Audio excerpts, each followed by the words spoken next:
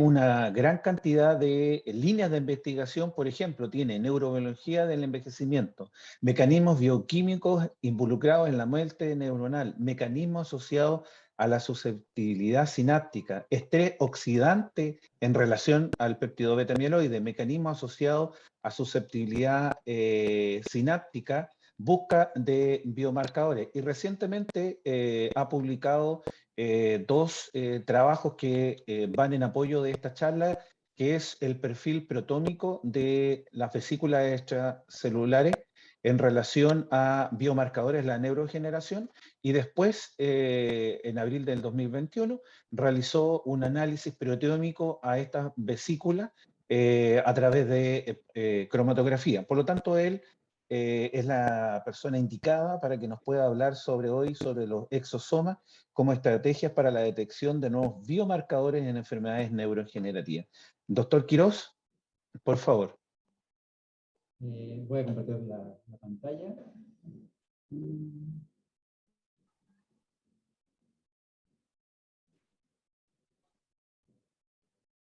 ¿Ya se observa? Sin ningún problema. Ah, perfecto. Bueno, como ya dijo usted, la plática va a estar en torno a los exosomas como un mecanismo, una herramienta para buscar nuevos biomarcadores. Esta línea es relativamente nueva, por lo que voy a empezar con unos antecedentes directos que nos llevaron a buscar nuevas metodologías para la búsqueda de biomarcadores para enfermedades neurodegenerativas, especialmente enfocada en Alzheimer, y estamos empezando a desarrollar cosas para la enfermedad de Parkinson. Entonces, la plática se va a dividir un poco en este antecedente previo de trabajos en el laboratorio. Después, ¿qué son los exosomas? ¿Cómo funcionan? ¿Y cuál es la propuesta que tenemos? Y voy a hablar un poco de una técnica que desarrollamos para la purificación y su uso en posibles experimentos, tanto in silico como experimentos in vivo y in vitro. Y finalmente, no vamos a mostrar todos los resultados, sino algunos de los proyectos que estamos arrancando a partir de esta vía, ¿no? Entonces voy a comenzar con una introducción muy general de qué son las demencias, ¿no? Y a nivel mundial, en 2010, la Asociación Internacional de Alzheimer indicaba que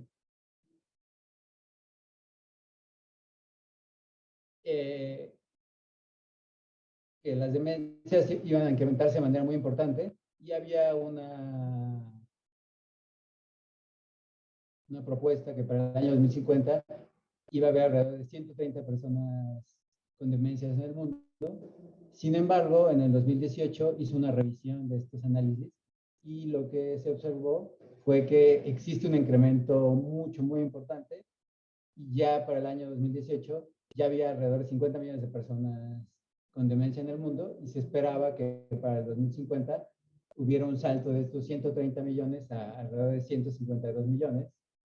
Y lo que era muy preocupante es que la mayor parte de estos casos van a caer en países con rentas bajas y medias, como sería el caso de México, ¿no? En este sentido, en México, en estudios estadísticos que realiza una institución en México que se llama el INEGI, que es el Instituto Nacional de Estudios de Geografía e Informática, Estadística, Geografía e Informática, los datos del censo muestran que la pirámide poblacional de México ha ido cambiando desde el año 2000, que es lo que se ve en la línea azul, al año 2010 y el año pasado, que fue el censo, y la estimación es que para el año 2050 la mayor parte de la población sea mayor de edad, y en ese sentido representa un reto de salud a nivel de salud pública en general en México, ya que por los datos de 2014, alrededor del 9.7% de la población era mayor de 60 años, y se estimaba que para el año 2050 esta población se duplicaría y llegaría al 21%. Sin embargo, los datos actuales del censo están demostrando que el aumento de esta población mayor de 60 años está siendo más rápido de lo que se esperaba. El año pasado se vio que la población está alcanzando el 16.5%. Entonces, eso implica que hay varios retos a nivel científico y a nivel de políticas públicas. Lo que a mí me corresponde es la parte de investigación básica y un deseo que tenemos es abordar estrategias que permitan una detección temprana para paliar de cierta manera los gastos que tiene la persona y sobre todo la calidad de vida que estas personas van a tener al final de su periodo, ¿no? Voy a empezar con una introducción muy pequeña de qué es el Alzheimer. De todas las demencias, el Alzheimer es la demencia más común, es alrededor del 60-62% de todas las demencias a nivel mundial. Se presenta más como a partir de los 60 años y cada 5 años se duplica su prevalencia y se ha visto que alrededor de los 85 años, a personas de 85 años, la prevalencia ya es superior al 40%. La enfermedad se puede clasificar básicamente en dos tipos, ¿no? Una que se le conoce de origen o de aparición temprana, que se conoce como el Alzheimer familiar, que está dada por mutaciones autosómicas dominantes, que son las que explican el origen de la enfermedad, y que en realidad representan entre el 1 y el 5% de los casos totales. Y la mayor parte de los casos son las enfermedades que se conocen como de origen esporádico o de aparición tardía, cuyos principales factores de riesgo son, como les muestro aquí abajo, son factores sobre todo metabólicos y ambientales.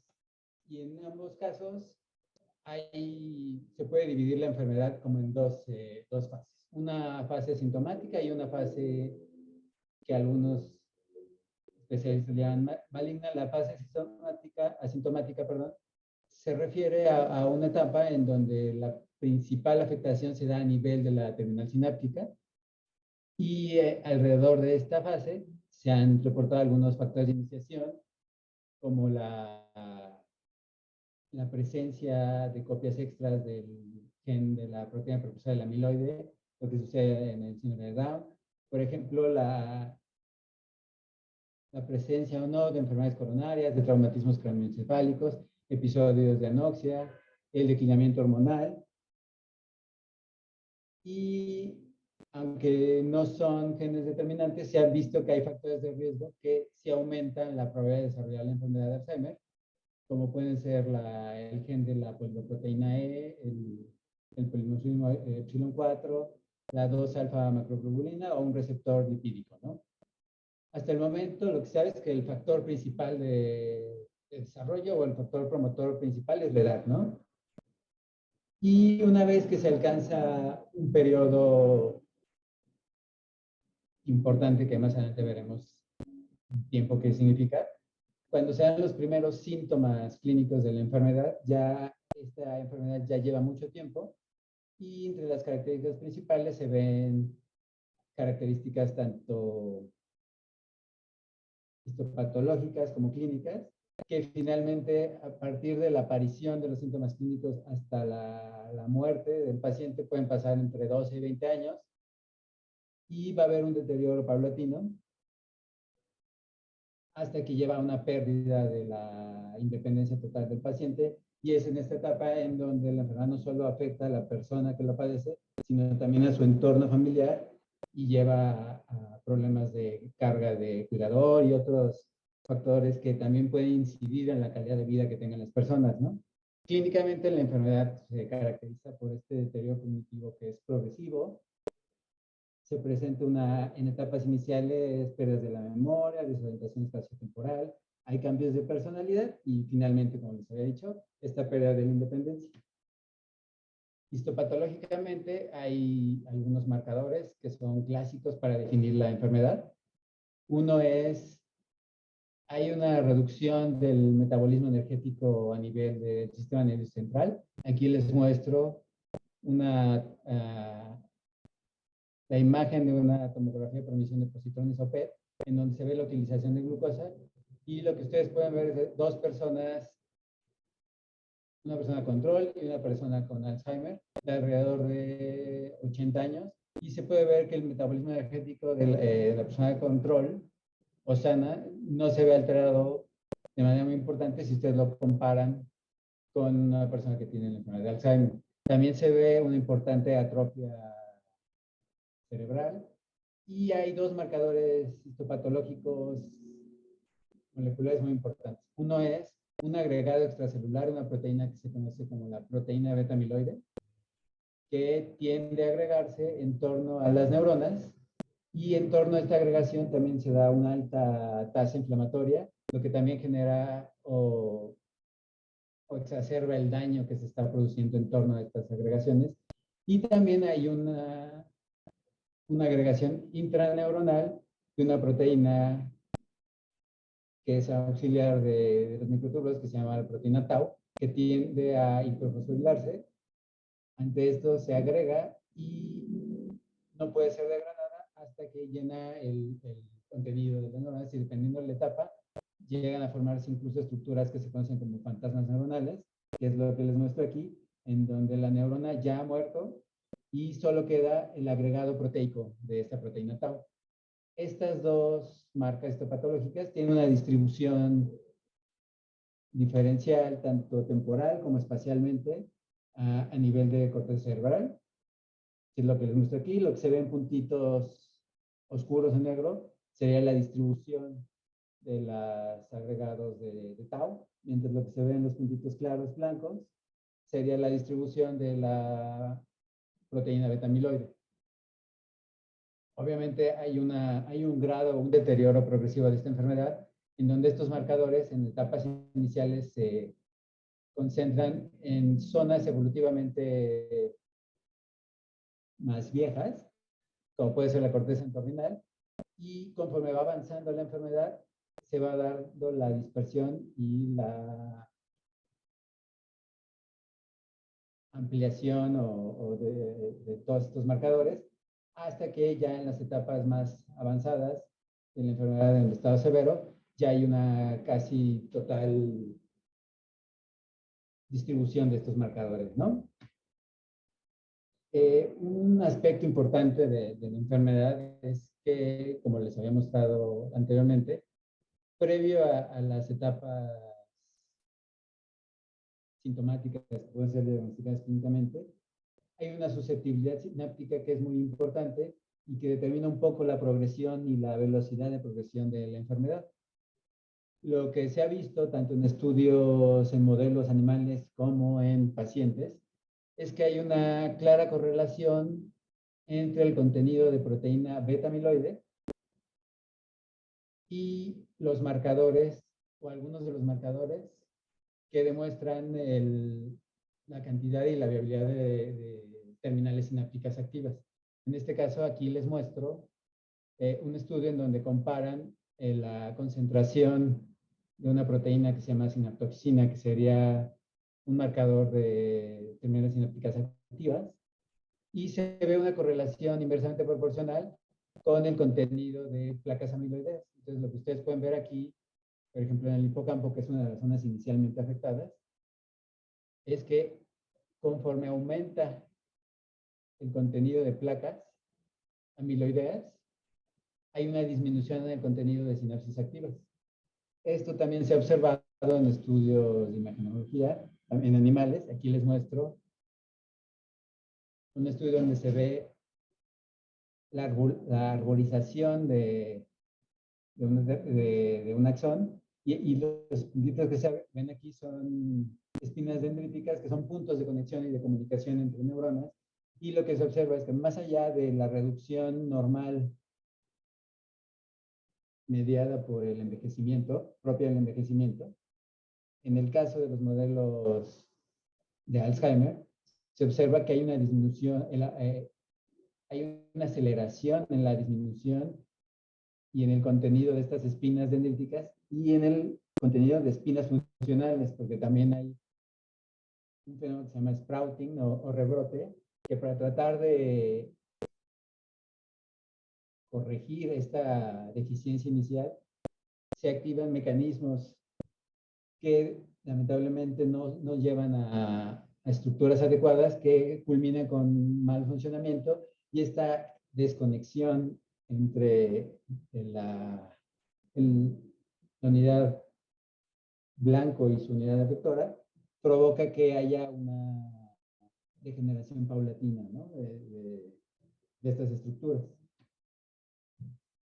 Considerando esto, inicialmente nosotros queríamos ver qué sucedía a nivel de terminal sináptico, y cómo esto podría ser censado a lo largo del tiempo, y ver si a partir de esto podríamos desarrollar técnicas para la valoración y la intervención en periodos tempranos.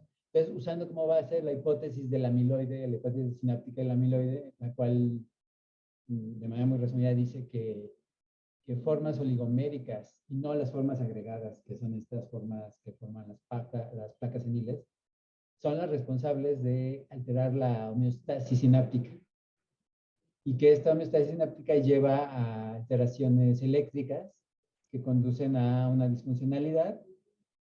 Estas alteraciones también llevan a una disminución en la cantidad y en la calidad de las espinas dendríticas, lo que también conduce a una reducción en los mecanismos de comunicación, que concomitantemente llevan a una pérdida sináptica, y finalmente estos dos elementos colaboran en el desarrollo o en la manifestación de la enfermedad de Alzheimer. Entonces, el primer acercamiento que hicimos tener fue a través de un modelo muy simplificado, que es un modelo in vitro que se conoce como sinaptosomas o terminales nerviosas aisladas. Lo que se hace es, a partir de tejido cerebral total, se aísla solamente la terminal sináptica, y dependiendo del tipo de preparación se pueden aislar el componente pre o el componente postsináptico. Nosotros decidimos, a esta parte se lo conoce como sinaptosomas. Cuando se aísla el componente postsináptico se conoce como sinaptoneurosomas. Nosotros decidimos trabajar con el componente presináptico por dos cosas. Nos permite ver la respuesta que tiene la terminal sináptica ante ciertos estímulos fisiológicos, aislándola del resto, simplificando mucho el ambiente y todos los factores que pueden interferir o regular la actividad, y porque es una preparación muy sencilla, muy bonita, que permite tener, bueno, una membrana aislada que los protege del exterior. Estos sinaptosomas presentan mitocondrias, presentan vesículas que contienen neurotransmisores, tienen retículo endoplásmico, tienen ribosomas, tienen la capacidad de generar nuevas proteínas y de interactuar a estímulos externos y promover la liberación o no de estas partículas. Entonces decidimos iniciar estos estudios usando estos sinaptosomas, y el primer abordaje que quisimos ver es, bueno, durante el desarrollo, el beta-amiloide, que se produce a partir del procesamiento de una proteína que se llama la proteína precursora del amiloide, tiene funciones fundamentales también para el establecimiento de la actividad y la regulación de la actividad sináptica en periodos normales, y es fundamental su actividad. Entonces, la sola presencia del beta-amiloide no debería ser un efecto deleterio como se observa en la enfermedad de Alzheimer, y tiene que haber factores externos o factores intrínsecos que lleven a que haya un incremento en la susceptibilidad. Entonces, en un primer momento lo que quisimos ver es qué pasaba en estos sinaptosomas si eran expuestos a concentraciones, a formas solubles de beta-amiloide. Y en este caso lo que les muestro es una preparación de sinaptosomas preparados a partir de animales jóvenes de 3 meses de edad. Y lo que se evaluó fue, por el método de reducción de MTT, fue su capacidad oxidorreductiva a nivel mitocondrial. Y lo que se puede ver es que la sola exposición de estas terminales sinápticas al beta-amiloide parece no ser un factor determinante, insisto, en animales jóvenes, para generar un efecto deleterio. Lo que hicimos entonces fue usar diversos inhibidores metabólicos para ver la inhibición de qué tipo de metabolismo tenía un efecto más importante a nivel de terminal sináptica. Entonces usamos inhibidores mitocondriales y también usamos inhibidores glucolíticos. En este caso les voy a enseñar un inhibidor que se llama el iodoacetato, que es un inhibidor de la vía glucolítica, que se había reportado que en el caso de las terminales sinápticas, la carga más fuerte de la producción de energía está sustentada en el metabolismo glucolítico. Y lo que observamos fue que al exponer estas terminales sinápticas a concentraciones subtóxicas, en donde se había una reducción, pero no afectaba la viabilidad total de la terminal sináptica, lo que se puede ver es que la exposición a estas condiciones que alteren el metabolismo energético del sinaptosoma inducen que haya una exacerbación en el daño provocado por el beta-amiloide. Parte de este daño, o sea, hay diversos informes y diversos reportes indican que está mediado por la generación de especies activas de oxígeno y de radicales libres y daño a nivel de membranas, daño oxidativo. Entonces, lo que quisimos ver es si este daño podía ser revertido en presencia de algunas moléculas. En este caso, deben usar dos moléculas. Una es el PBN, que es un atrapador de radicales libres, que en estudios in vivo se usa y aparentemente tiene un efecto benéfico. Y también usar concentraciones de vitamina E para ver si aumentando la capacidad de protección oxidativa, este sistema se podía proteger. Entonces, lo que vimos aquí es que la incubación con beta-amiloide efectivamente lleva a revertir el daño que está induciendo la exposición a beta-amiloide. Esto no sucede con el PBN, lo que quiere decir que la protección va más allá de la sola captura de radicales libres. Por lo tanto, analizamos el daño oxidativo que se podía dar en membranas con una técnica de medición de malón del Deído o de T-bars. Y lo que aquí les muestro es que la sola exposición de beta-amiloide, aunque no induce un daño importante en el metabolismo energético mitocondrial, bueno, del sinaptosoma, sí lleva a un aumento en el daño de lipoperoxidación de las membranas que integran esta terminal sináptica. Al inducir o exacerbar el daño con la incubación con el iodoacetato, vemos que no hay un incremento significativo, ni siquiera hay un incremento en relación a la mera exposición de beta-amiloide. Sin embargo, la exposición o la coincubación con vitamina E sí hace una reducción importante en el daño que se está viendo. Un poco para ver si esto mismo que se estaba viendo a nivel de terminal sináptica podría ocurrir en un sistema en vivo. Lo que hicimos fue, animales se trataron de manera crónica con este inhibidor de iodoacetato y luego se hizo una inyección intracraneal del péptido beta-amiloide y se vio el daño que se podía dar. Bueno, esta inyección se hizo en la región del hipocampo y luego se analizó el daño que generaba esta inyección. Entonces, aquí lo que les muestro es el efecto que tiene la exposición a beta-amiloide en animales tratados crónicamente con este iodoacetato, ¿no? Y lo que pueden ver aquí ustedes es, primero, aquí está la exposición del vehículo, donde se ve que no hay ningún daño. Se hace la exposición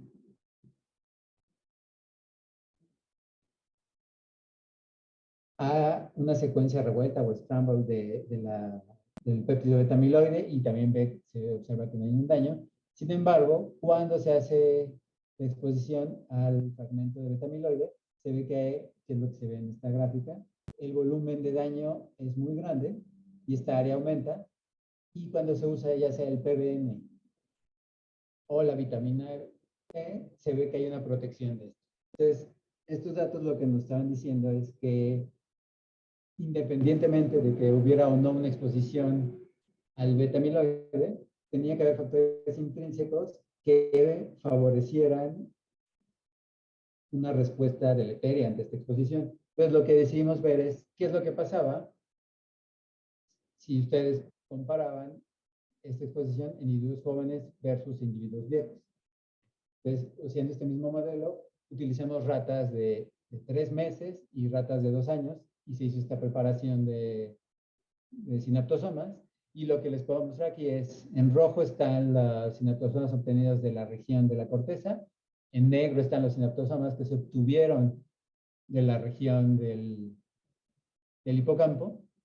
Y lo que pueden ver es que, mientras que en los individuos jóvenes la exposición a beta amiloide no genera un daño importante, como ya se los había mostrado previamente, en individuos viejos, la sola exposición a beta amiloide sí genera un daño que es muy importante, y sobre todo vimos que hay una susceptibilidad diferencial dependiendo la zona de la que, o la región de la cual se estén aislando los sinaptosomas. En este caso vimos que los sinaptosomas que provienen del hipocampo son mucho más sensibles que los sinaptosomas que provienen de la región de la corteza. Entonces, bueno, esto nos decía que, bueno, con la edad hay ciertos mecanismos que efectivamente hacen que haya una susceptibilidad mayor al péptido beta amiloide.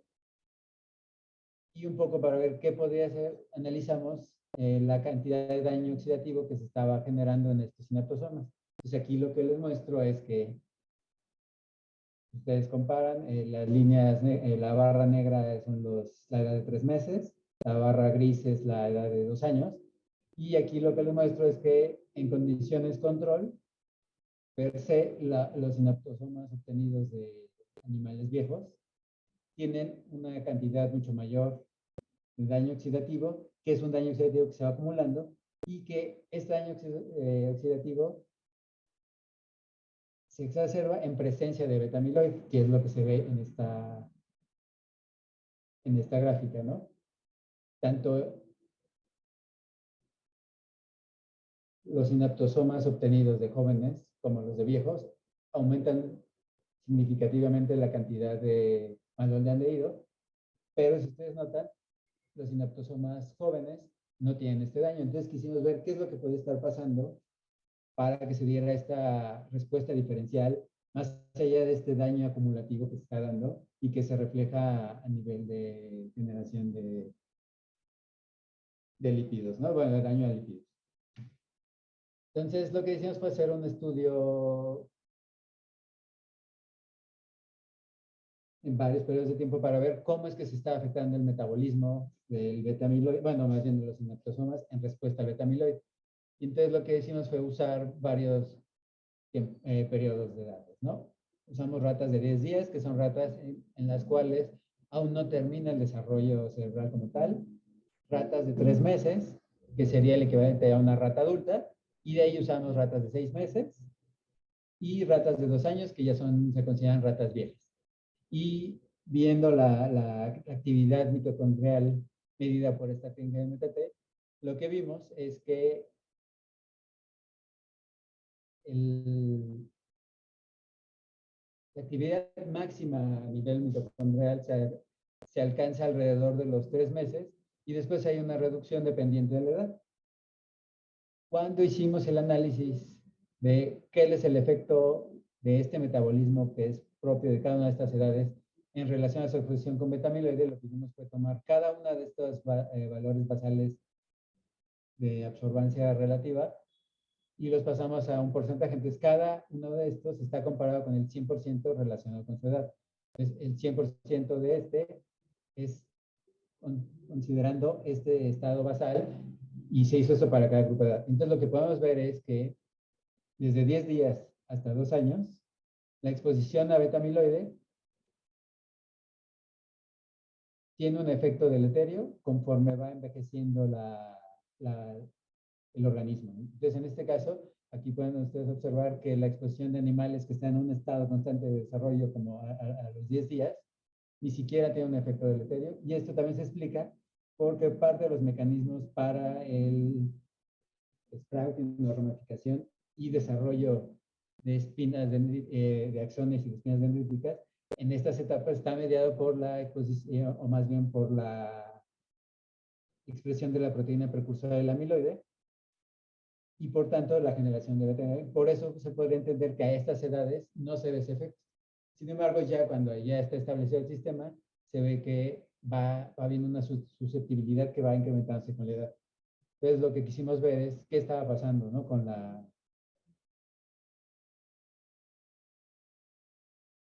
el metabolismo sinaptosomal a lo largo del tiempo. Entonces, aquí lo que comparamos fue la generación de radicales libres en condiciones control y en condiciones con beta-amiloide. Y lo que ustedes pueden observar es que la generación de radicales libres tiene un pico máximo a la edad de 10 días. Una vez que se ha estabilizado el sistema, que ya es maduro, tiende a bajar. Sin embargo, en los animales viejos de 2 años, el contenido es mucho mayor y este contenido en realidad ya no aumenta mucho más en presencia de beta-amiloide, y esto podría estar explicando porque ya hay un daño acumulativo, y es este daño acumulativo lo que podría explicar lo que les mostraba aquí, ¿no? Esta susceptibilidad propia del sistema. Y después quisimos ver qué factores internos podrían estar también interviniendo en este efecto. Entonces medimos los niveles de un tripéptido que es el glutatión y lo medimos en su forma reducida, porque es uno de los sistemas de protección antioxidante que se encuentran enriquecidos en esta preparación. Y lo que vimos es que hay una reducción en los niveles de glutatión de manera dependiente de la edad, y esto también podría explicar por qué el sistema ya no es capaz de contender contra el daño que se está generando por la mera exposición a beta-amiloide. Luego hicimos un análisis morfológico por microscopía electrónica, y entonces aquí lo que les muestro es que esta es la morfología normal de un sinaptosoma de 3 meses en condiciones control sano, donde se ve su membrana, se ve su mitocondria, se ven estas vesículas. Si ustedes comparan la morfología en condiciones basales con un sinaptosoma obtenido en animales de 2 años, ya se ve que hay alteraciones estructurales muy importantes, como un hinchamiento mitocondrial, hay una edematización de la mitocondria, hay una alteración en la distancia entre las membranas mitocondriales, hay una disminución en el contenido de vesículas sinápticas, que aquí les muestro. El contenido promedio de vesículas sinápticas comparando jóvenes con viejos se reduce a la mitad, y en presencia de beta-amiloide lo que se observa es que el beta-amiloide se ha reportado por otras cosas que induce la liberación de vesículas sinápticas. Y se ve que en presencia de beta-amiloide hay esta reducción de vesículas, también sucede en la etapa adulta. Sin embargo, si ustedes comparan la condición basal joven con la condición expuesta a beta-amiloide, ya se empieza a ver un daño mitocondrial y ya empieza a haber cierta edematización. Cuando se hace la misma comparación con sinaptosomas de 2 años sometidos o incubados con beta-amiloide, lo que ustedes observan aquí es que ya hay un daño realmente muy importante, en donde la tasa de actividad mitocondrial ya es muy baja, y eso se ha reportado en estos sistemas y en sistemas in vitro y en pacientes, ¿no? Y hay un punto que más adelante quiero retomar, que quiero que noten, es la tasa de unas estructuras que se conocen como ELOs, que son organelos tipo endosomas, aumenta con la edad y con la exposición a beta-amiloide. Y estos organelos son un reflejo de que hay alteraciones en los mecanismos de reciclamiento de estas vesículas. O sea, aparentemente, conforme va envejeciendo, estas vesículas, este mecanismo de reciclamiento endosomático se ve afectado, y tienden a haber estas acumulaciones. Más adelante les voy a decir por qué creo que es importante esto. Bueno, entonces, a partir de esto, nosotros lo que teníamos pensado era desarrollar un proyecto para ver cómo es que este daño se iba presentando desde etapas tempranas hasta etapas mucho más avanzadas. Y entonces en el año 2013, Bessinger hizo un reporte en el cual utilizó a 200 pacientes que estaban en una corte de familias que presentan la enfermedad de origen familiar. con alguna mutación autosómica dominante. Y estudios previos en estas cortes habían visto que había una correlación muy importante entre familias. La edad de aparición de los síntomas clínicos de los hijos era muy similar a la edad de aparición de los síntomas clínicos en los padres. Entonces, a partir de esto, ellos sacaron un índice de aparición o un estado de aparición de los síntomas, y a partir de eso hicieron un estudio retrospectivo para ver cuál era la dinámica de aparición de los principales marcadores hasta este momento, que eran tanto la presencia de beta-amiloide, el metabolismo de glucosa y el volumen cortical, ¿no? En este caso, entonces lo que les muestro aquí es, siguieron estas familias a lo largo de muchos años. En cada una, dependiendo de las familias, se estableció el punto cero, que sería el punto en el que teóricamente estos pacientes van a dar a la edad en la que van a manifestar clínicamente la enfermedad de Alzheimer, y se hizo un seguimiento a lo largo del tiempo. Y lo que se vio al comparar individuos sanos con estos individuos que tienen mutaciones puntuales de la enfermedad de Alzheimer, es que en el caso de la proteína beta-amiloide, había un incremento significativo en relación a los controles desde 15 años previos a la manifestación clínica que se había establecido. Entonces, esto era muy importante. También se vio que esta reducción del metabolismo, este hipermetabolismo que les había platicado en la introducción, podía ser detectado en algunas estructuras desde periodos de una década previa a la aparición de esta manifestación clínica. Y una cosa importante que vieron es que en periodos previos había un hipermetabolismo que aparentemente era un mecanismo para tratar de corregir estas cosas. Al fallar, que era lo mismo que pasaba con lo que les platiqué con el sprouting de espinas dendríticas, este hipermetabolismo se volvió un hipometabolismo, y este ya era significativo a partir de los 10 años, y la detección de una reducción en la densidad, en las densidades corticales, se daba a partir de los 10 años, digo, a partir de los 5 años. Entonces, esto lo que nos indica es que hay una ventana de tiempo muy grande en la que se puede y se debe trabajar para encontrar marcadores que permitan un diagnóstico oportuno que tenga dos efectos.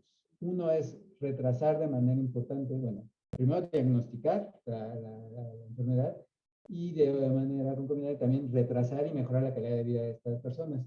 Entonces, a partir de estos y otros estudios, se ha propuesto por diversas iniciativas para buscar estos biomarcadores en etapas previas de las manifestaciones clínicas, que es lo que sería lo que está marcado en este espacio verde.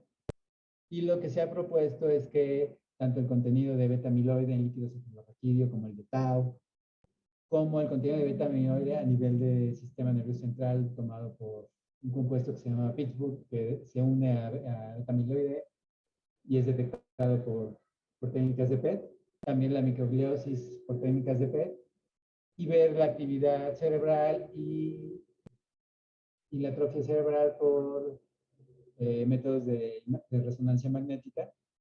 Lo que se ha propuesto es estudiar estos periodos de tiempo para la búsqueda de nuevos biomarcadores que pudieran favorecer este diagnóstico. De manera similar, esto también se ha observado en la enfermedad de Parkinson.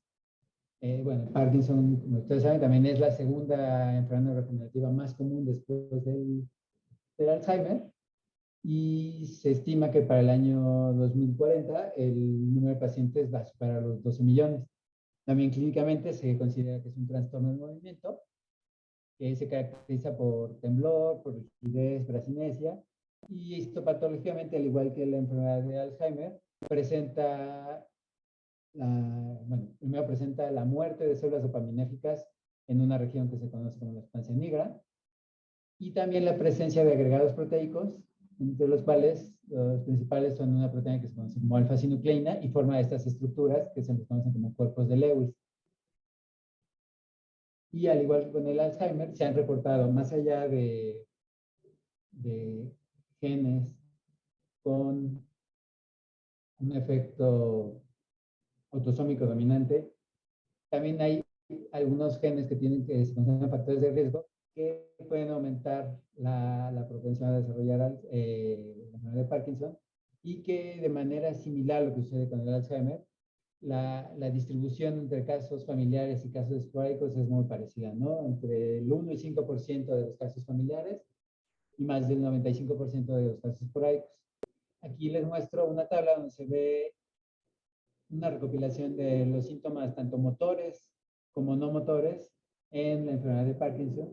Y lo que se puede ver es que al momento que se da el diagnóstico clínico de la enfermedad, ya han pasado 10 años y diversos reportes indican que al momento que se da el diagnóstico clínico, en el caso de las neuronas dopaminérgicas de resonancia magnética, incluso alcanzan una muerte de alrededor del 70%.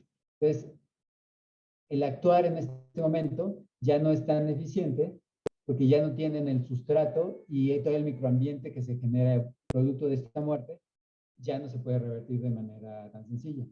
Entonces, al igual que con Alzheimer, lo importante sería encontrar mecanismos que lleven a la detección temprana previo a que haya una alteración en las tasas de supervivencia neuronal, ¿no?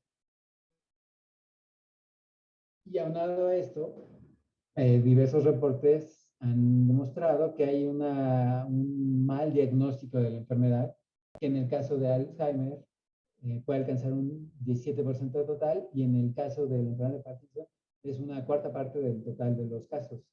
Entonces, esto también implica que hay un déficit en la cantidad o en la calidad de biomarcadores útiles para la detección temprana de la enfermedad.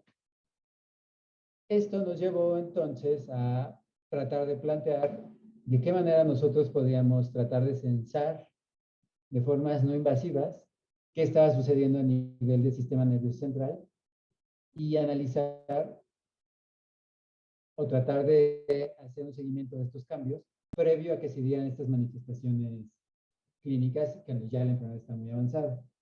Entonces, en este sentido, nosotros optamos por estudiar cuál sería la función que tendrían los exosomas o las vesículas extracelulares en este propósito. Entonces, primero les voy a decir qué son las vesículas extracelulares. Entonces, las vesículas extracelulares son un tipo de vesículas que están formadas por lípidos de capa única.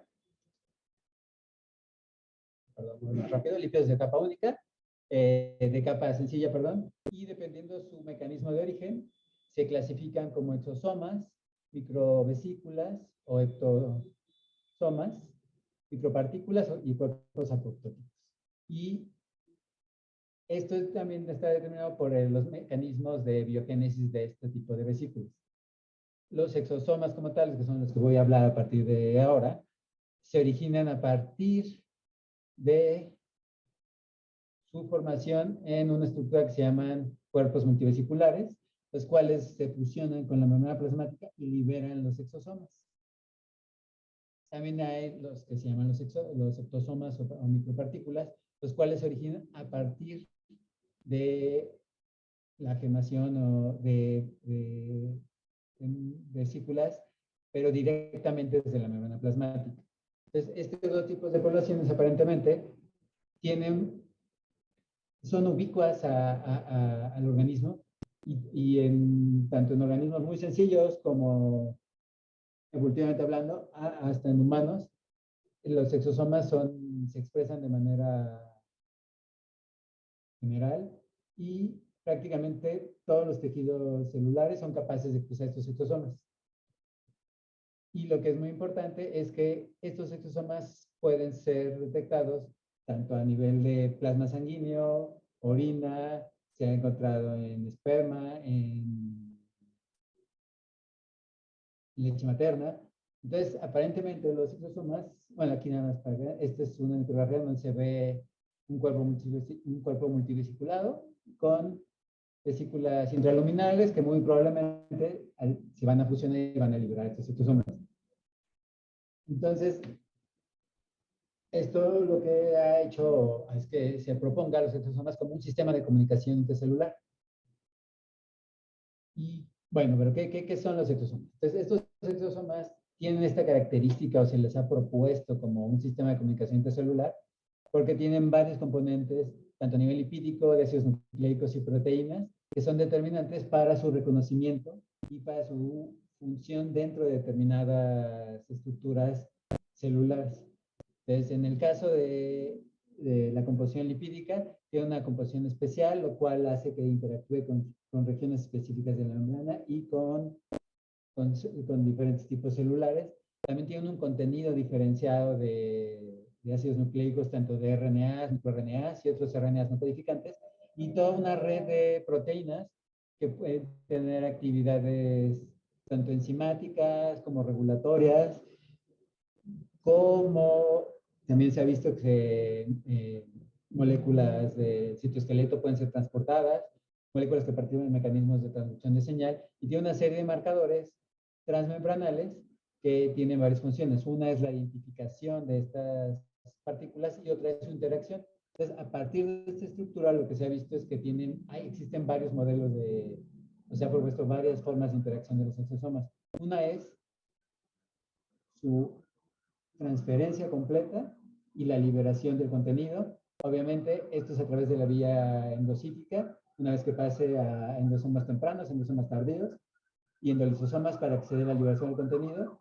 Esto es a través de la fusión de estos exosomas y la liberación del contenido soluble al interior de estos o de las componentes proteicas que están inmersos en la membrana, o simplemente como un activador de una vía de señalización en donde componentes moleculares pueden activar receptores específicos, y eso también le da una gran especificidad y funcionalidad. ¿Cuál es la ventaja que vemos que tienen los exosomas? Que los exosomas se descubrieron hace 30 años, pero relativamente tiene 8 o 5 años que a partir de su descubrimiento en líneas de cáncer, pues tuvo un boom su estudio, ¿no? Y la ventaja que tienen los exosomas es que, como les dije, son sintetizados por prácticamente todas las estructuras del organismo y tienen una fácil identificación porque tienen varios niveles para que sean considerados como exosomas. La Organización Internacional de Vesículas Extracelulares tiene una serie de parámetros que definen qué es y qué no es un exosoma, y entre ellos hay una serie de marcadores putativos que son comunes a todos los exosomas, pero aunque son comunes, no todos los exosomas expresan los mismos marcadores. Entonces, lo que se ha propuesto es que tiene que haber una serie mínima. En la última revisión se proponía que al menos tenía que haber 3 de estos marcadores putativos para que se le considerara como un exosoma y no como otro tipo de vesícula extracelular. Y aunado a esto, dependiendo de su origen celular, iba a tener otros marcadores externos que iban a promover o favorecer su reconocimiento y sobre todo su función sobre blancos específicos.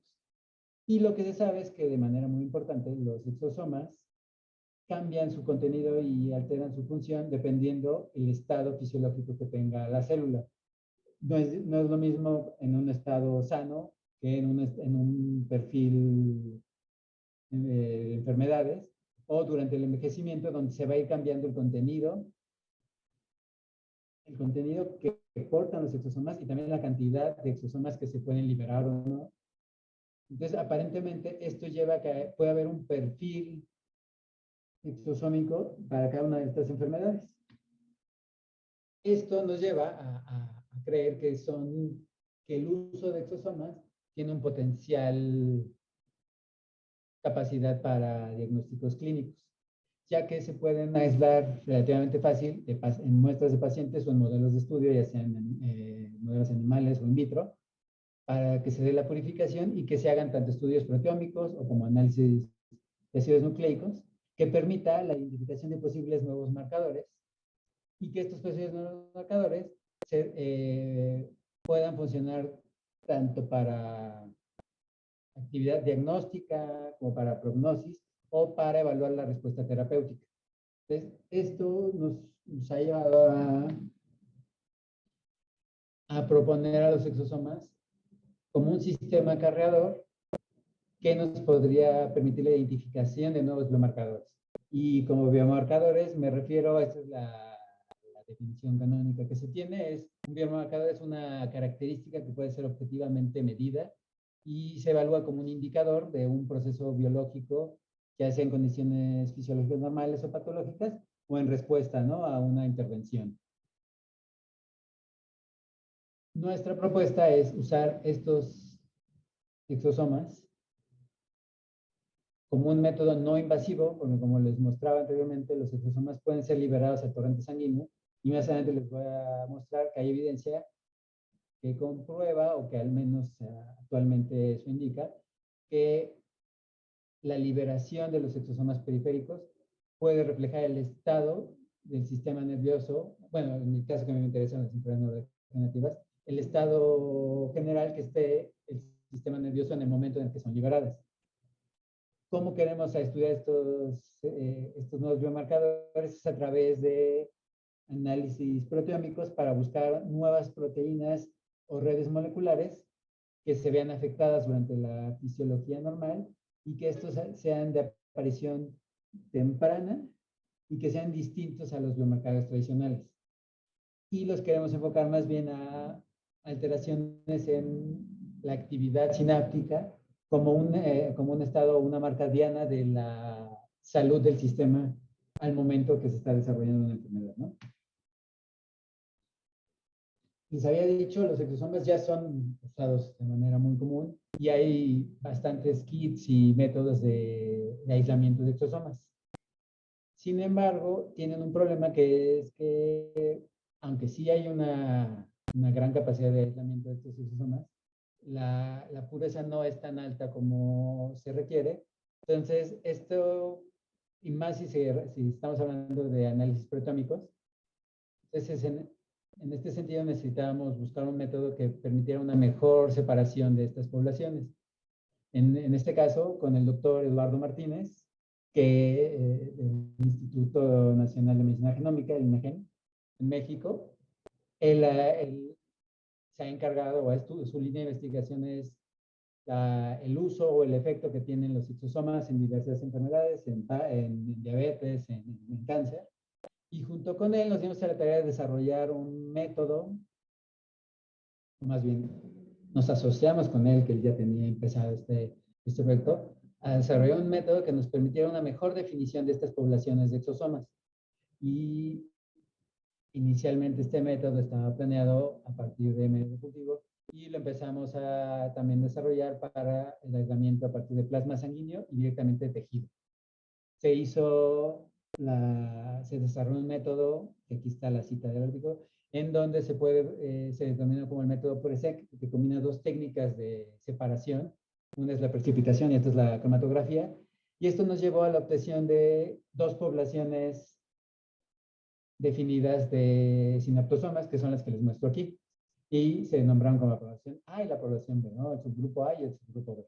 Y aquí lo importante es que se hizo un análisis que se conoce como de nanopartículas o nanosite, que lo que determina es el número y el tamaño que tienen estas partículas.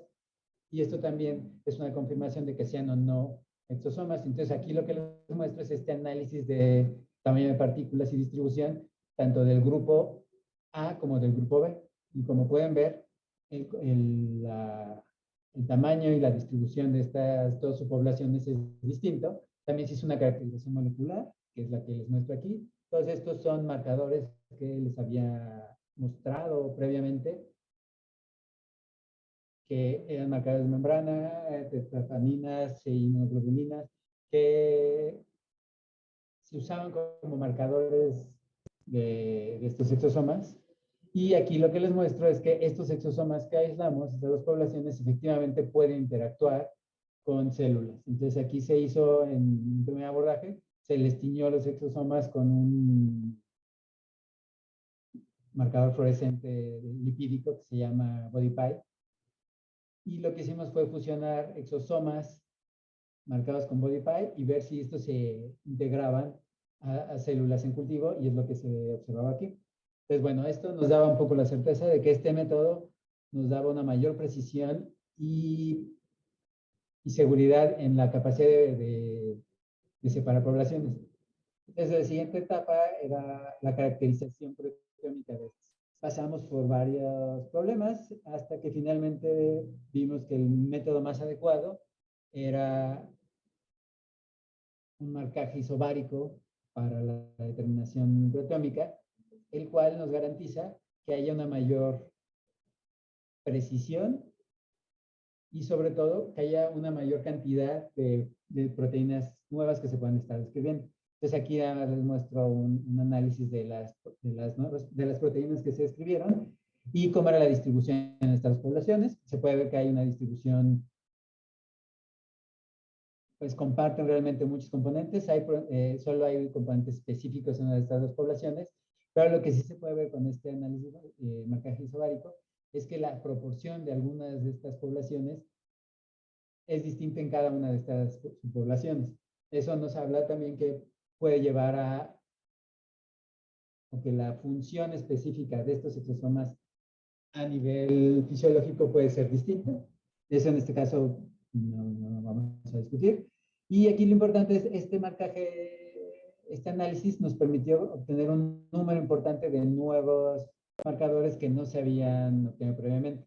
Esto se hizo en varias líneas similares. Esta es una comparación con 60 líneas cancerígenas que el NIH en Estados Unidos tiene caracterizadas. Entonces lo que vemos es que muchas de estas líneas están presentes. Pues bueno, ya teniendo que era lo que nos preocupaba más, un método para tener una clasificación más adecuada de estos exosomas, ya se pueden hacer muchos tipos de análisis distintos, como análisis informáticos o estudios funcionales de los exosomas. Entonces aquí les muestro unos ejemplos en donde básicamente aquí se ve cómo las proteínas pueden ser clasificadas por el componente celular al que pertenecen o por el proceso biológico en el que están actuando. Y aquí lo que les muestro es que estas dos poblaciones aparentemente están asociadas a estructuras distintas y en rojo, que es la subpoblación B, aparentemente tienen que ver más con población, o su metabolismo está más asociado a la regulación del metabolismo de nucleótidos y de ácidos nucleicos. Mientras que lo que está en el subgrupo A tiene que ver más con funciones metabólicas. Entonces, este es un estudio inicial, no es muy descriptivo, pero es para ver el potencial que tiene el tener una buena caracterización de los proteómica para ya entonces generar redes neuronales y análisis más complejos para tratar de ver cuál es la función de estas cosas. Para generar también estudios funcionales, generamos una línea celular, la cual marcaba los exosomas con una proteína verde fluorescente, y eso permitía una mejor definición y su integración en las células, ¿no? Que es lo que les muestro aquí. En azul están los núcleos marcados con DAPI y estos puntos verdes son los exosomas y se puede ver si entran o no. Entonces, simplemente este mismo trabajo que hemos terminado con la caracterización proteómica, pero se hizo con los exosomas extraídos de cerebros y con los exosomas extraídos de plasma sanguíneo, ¿no? Y entonces se ve aquí también la caracterización de marcadores, el análisis morfológico y su distribución y el análisis. Nos falta en esta parte todo el análisis proteómico. Y bueno, para ya no tenerlos tanto, ¿cuál es la importancia? ¿Por qué creemos que son importantes los exosomas? Los exosomas aparentemente median la comunicación a nivel del sistema nervioso central y tienen la capacidad de modificar la actividad o circuitos neuronales, ya que transportan proteínas, RNAs, lípidos y otros metabolitos. Y este transporte es bidireccional. Puede ser un transporte a nivel del sistema nervioso central y puede ser también comunicación que va del centro a la periferia o de la periferia al sistema nervioso central. Y esto censar el metabolismo que se está generando. A partir de esto, el estudio que ha llevó a que se dé una nueva clasificación de exosomas que se conoce como los BDEs, que son los exosomas derivados de cerebro. Estos exosomas derivados de cerebro es toda la población de exosomas que se originaron a partir de células neuronales o de células gliales, ya sea astrocitos, oligodendrocitos, microglia. Y lo que se ha visto es que estos exosomas tienen funciones normales durante la proliferación neuronal, la generación de gradientes y en los procesos de sinaptogénesis, y que la alteración del contenido de estos exosomas va variando según el estado metabólico que tenga Y esto puede ser un reflejo de si el sistema, en este caso el sistema del cerebro, se encuentra en una condición sana o en una condición patológica, o estos cambios que se pueden ver. Lo que queremos ver es si estos efectos nocivos pueden ser detectados. Entonces hicimos un estudio muy general de qué se sabía sobre estudios proteómicos y vesículas extracelulares o exosomas.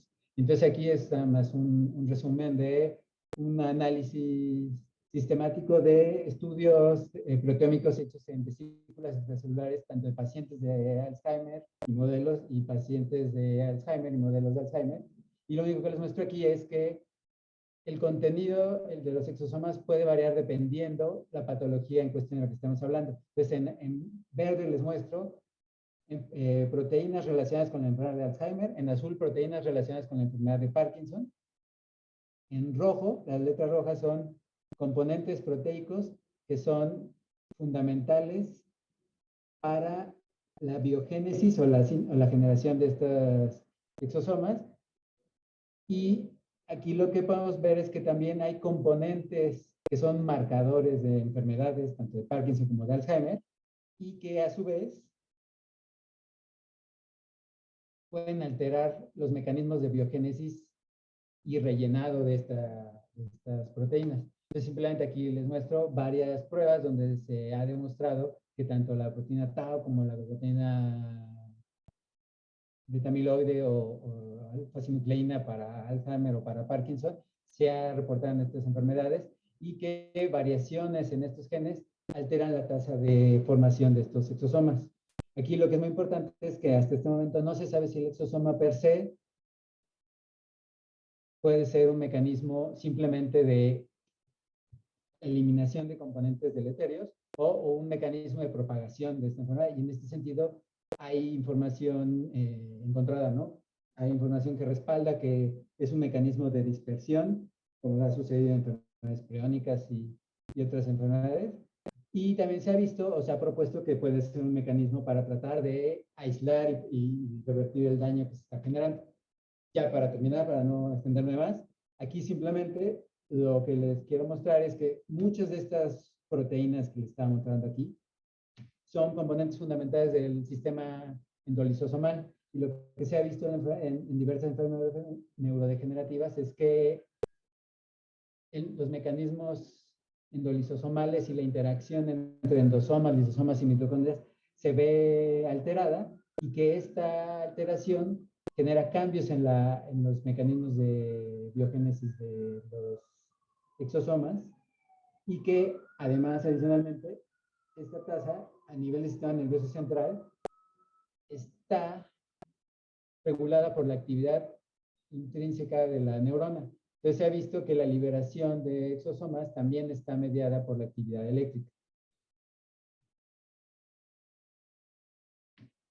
Entonces, nuestra propuesta en este momento estamos desarrollando los modelos in vitro para tratar de estudiar cuál sería el papel de los exosomas y hacer la caracterización para la búsqueda de estos nuevos biomarcadores. Y en el caso de la alteración de procesos autofágicos, se ha visto que, como sucede en el Alzheimer, como sucede en el Parkinson, estos procesos autofágicos alterados llevan a la acumulación. Este sería el escenario óptimo, donde no hay daño, en donde el mecanismo endolisosomal es adecuado, se generan los exosomas y se da la degradación de componentes no funcionales. Lo que sucede en un estado patológico es que hay una acumulación de elementos que no pueden ser degradados. Entonces los cuerpos multivesiculares tienden a crecer en tamaño, además de que el contenido varía. Y una cosa muy importante es que se ha visto en la enfermedad de Parkinson y Alzheimer que los procesos mitofágicos se ven inhibidos, y esto lleva a el almacenamiento de mitocondrias que no son funcionalmente adecuadas. Es un poco lo que les observa en la micrografía electrónica de los sinaptosomas de 2 años. Están las mitocondrias, pero no, funcionalmente no están en su estado óptimo. Y lo que se ha visto, otro set de exosomas que se conocen como vesículas derivadas de mitocondrias, que ante daños mitocondriales la mitocondria tiene dos tipos de respuesta, ¿no? Si no se puede eliminar, una es la liberación de estos componentes que no están funcionando adecuadamente para que se vayan a su degradación por cuerpos multivesiculares y luego los lisosomas. Pero en el caso de estas enfermedades no degenerativas, el problema es que este sistema ya está alterado y no puede ser, no se pueden degradar por esta vía, entonces tienden a acumularse y estos marcadores se liberan. Entonces lo que también se ha visto es que a través del aislamiento de exosomas se puede ver el estado metabólico que está sufriendo a nivel del sistema nervioso central las neuronas y también, obviamente, el metabolismo intrínseco de la vía endocítica lisosomal de las mitocondrias. Esto se ha reportado o se ha demostrado en un modelo de síndrome de Down, en donde tienen esta trisomía de la proteína precursora del amiloide, y donde se ha visto que hay esta alteración de la vía endolisosomal y alteraciones autofágicas llevan a un aumento en la generación de vesículas derivadas de mitocondrias, y que estas vesículas derivadas de mitocondrias tienen un gran contenido de componentes mitocondriales específicos, y aquí hay reportes que indican que pueden llevar componentes dañinos para ser eliminados, pero que al momento de ser, o más bien, al instante de no ser degradados por lisosomas y ser liberados, pueden interactuar con otras células y propagar este daño. Y la otra propuesta que se tiene es que en algunos estados mitocondrias sanas liberen componentes para tratar de corregir estos daños intrínsecos que están teniendo el sistema. Esto de la migración mitocondrial se ha visto, por ejemplo, en el sistema nervioso central, donde los astrocitos liberan mitocondrias para tratar de suplir la disminución de la actividad mitocondrial en células neuronales. Entonces, en este punto es como una etapa, yo creo que importante, que abre muchas posibilidades para tratar de analizar qué es lo que está pasando y sobre todo abre la posibilidad de que algo que sucede a nivel del sistema nervioso central pueda ser aislado y analizado en condiciones periféricas en un método que no sea no invasivo y que obviamente desarrollarse sea mucho más barato que muchas de las técnicas actuales que se tienen. Entonces ya para terminar y no prolongarme más, esto es uno de los abordajes que tenemos para estudiar este cambio en las alteraciones endolisosomales y autofágicas, y sobre todo qué puede alterar en el metabolismo mitocondrial. Iniciamos con células de neuroblastoma, simplemente se les incubó con rotenona, que rotenona también es una droga que se ha utilizado para modelos in vitro de enfermedad de Parkinson, y es una droga que daña el complejo 1 mitocondrial. Entonces lo que vemos es que la actividad mitocondrial se daña de manera muy importante. Sin embargo, no produce la muerte. Aquí tenemos un ensayo de muerte-vida, en donde se ve que la cantidad de células viables es mayor al 99%, pero sí está comprometida su actividad mitocondrial. Entonces lo que queremos ver es cómo este compromiso de la actividad mitocondrial, que también altera los mecanismos endolisosomales, se van a reflejar en el contenido de algunos marcadores. Entonces aquí les muestro la diferencia que hay de algunos marcadores. Por ejemplo, este es un marcador, es una proteína que participa en la enfermedad de Alzheimer, que regula el procesamiento o no para la generación de beta-amiloide. Algunas proteínas como RAP, que es un marcador endolisosomas tardíos, TOM22 y COX-1, que son proteínas mitocondriales. Y en este caso, estas proteínas que son marcadores de exosomas. Y lo que quiero mostrarles en esta parte, es un estudio apenas se está iniciando, es que aparentemente la alteración del metabolismo energético, por otras evidencias que tengo que no les voy a mostrar, lleva a alteraciones endolisosomales y también a que hay una liberación de estos componentes en exosomas. Entonces estamos viendo este aumento y ahora lo que estamos haciendo es el aislamiento, pero ahora de la línea de neuroblastoma SHSY5Y, para comparar el contenido de estos exosomas en condiciones basales y no basales. Ya para terminar, simplemente lo que vamos a hacer es una disección más detallada de qué es lo que sucede en estas células. Y para eso tenemos planos para marcar tanto mitocondrias, retículo, endosomas, lisosomas, y queremos la participación de proteínas que se han reportado en la enfermedad de Alzheimer o en la enfermedad de Parkinson, pero que se sabe que participan en el procesamiento de vesículas